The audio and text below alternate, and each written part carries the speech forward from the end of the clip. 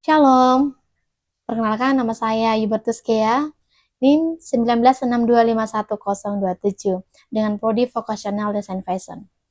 Baik, di sini saya akan menjelaskan pertanyaan atau menjawab pertanyaan dari Bapak, yaitu yang pertama, bagaimana proses manusia religius mampu bertanggung jawab dalam kehidupan dan bagaimana interaksi ekologi dalam proses tersebut. Poin pertama yaitu proses manusia reguler mampu bertanggung jawab dalam kehidupan, yaitu di mana manusia memiliki kesadaran, pemahaman, norma, dan mampu mengambil keputusan. Di mana kesadaran ini yaitu yang dimaksud manusia menyadari tindakan yang dilakukan itu akan ada akibat apa yang ia lakukan.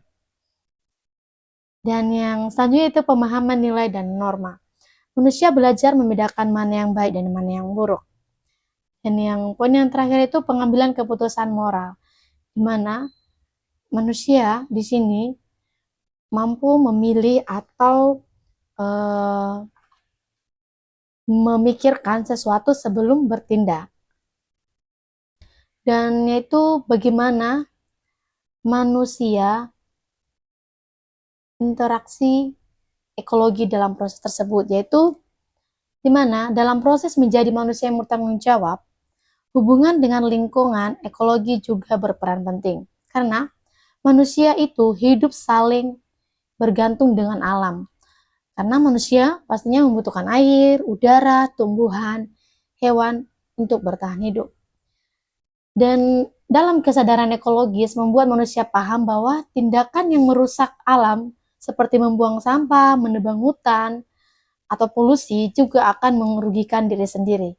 Jadi bukan cuma orang lain yang akan dirugikan, tapi diri kita sendiri juga akan dirugikan karena kelakuan kita sendiri. Jadi kita harus mampu bertanggung jawab dan kita harus bisa mengambil tindakan yang tidak merugikan orang lain dan begitu juga dengan diri sendiri. Oke, kita lanjut pertanyaan kedua, yaitu proses manusia yang tidak bertanggung jawab dalam kehidupan dan bagaimana interaksi ekologi dalam proses tersebut. Manusia yang tidak bisa bertanggung jawab biasanya tidak menyadari atau mengabaikan akibat dari tindakannya. Ini ciri-ciri orang yang bodoh amat ya, yang dia tidak mau peduli sama lingkungan, sama orang sekitarnya, dan mungkin sama dirinya sendiri, sehingga dia tidak mau berpikir, dia duluan bertindak dulu. Kalau soal akibatnya itu belakangan. Nah, ini orang-orang ini bisa dikatakan sebagai orang yang memiliki sifat egoisme. Ciri-cirinya itu salah satunya tidak peduli terhadap kewajiban, misalnya malas bekerja, tidak menepati janji, atau tidak menjaga amanah. Dan yang selanjutnya itu mementingkan diri sendiri. Nah, ini nih, egois ini namanya. Hanya berpikir untuk keuntungan pribadi tanpa memikirkan dampaknya bagi orang lain. Nah, ini dia tidak peduli sama orang sekitarnya. Dia ya buat dirinya sendiri. Dan yang selanjutnya itu tidak belajar dari kesalahan. Nah, ini ciri-ciri yang tidak baik ya. Dia tidak belajar, tidak menjadikan kesalahan yang kemarin-kemarin itu untuk pelajaran ke depannya. Dia tidak mau memperbaiki kesalahan yang telah dia lakukan sebelum-sebelumnya. Dia melanjutkan terus kesalahan yang sama dan mungkin lebih dari itu. Yang selanjutnya itu mengabaikan aturan sosial dan etika, di mana tindakan ini bisa dikatakan yaitu tanpa tanggung jawab terhadap lingkungan sekitar. Ya, contohnya, dia membuang sampah nih sembarangan, padahal dia itu melihat ada tempat sampah, tapi dia tidak peduli. Yang penting buang sampah lah. Nah, itu salah satunya. Dan interaksi ekologi dalam proses tersebut yaitu manusia yang tidak bertanggung jawab juga memberi dampak negatif bagi lingkungan. Satu, mereka sering merusak alam seperti membuang sampah sembarangan, menebang hutan tanpa reboisasi atau mencemari air dan udara. Akhirnya, kerusakan itu terbalik merugikan manusia dan orang lain.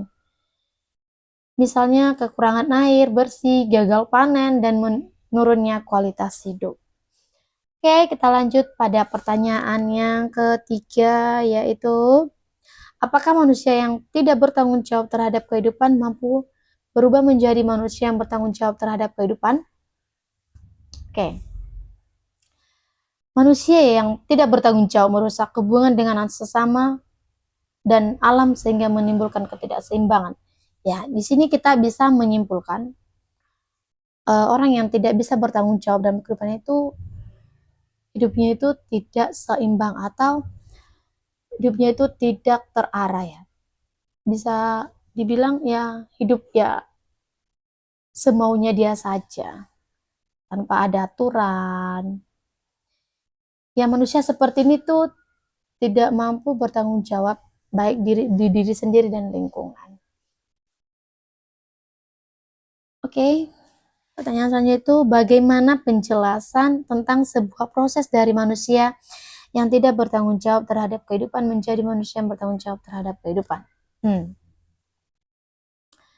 Proses perubahan dari manusia yang tidak bertanggung jawab menjadi manusia yang mampu bertanggung jawab merupakan perjalanan kesadaran.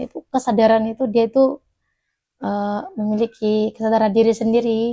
Mungkin hatinya terketuk sesuatu atau kepalanya kejedot sama benda sesuatu, jadi dia tersadar bahwa selama ini dia tidak bertanggung jawab dalam hidupnya dan orang lain. Dan ini merupakan perjalanan kesadaran yang sungguh baik.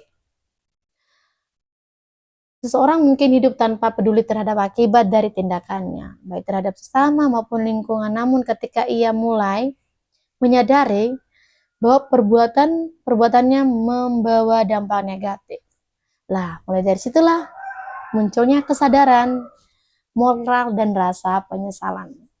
Nah, setelah ada penyesalan, akhirnya dia sadar dan dia memperbaikinya. Kira begitu. Jadi, bisa orang yang tidak bertanggung jawab awalnya mampu bertanggung jawab karena dia memiliki kesadaran dan rasa penyesalan itu ada. Oke, jadi kira-kira begitu penjelasan dari saya. Terima kasih. Shalom.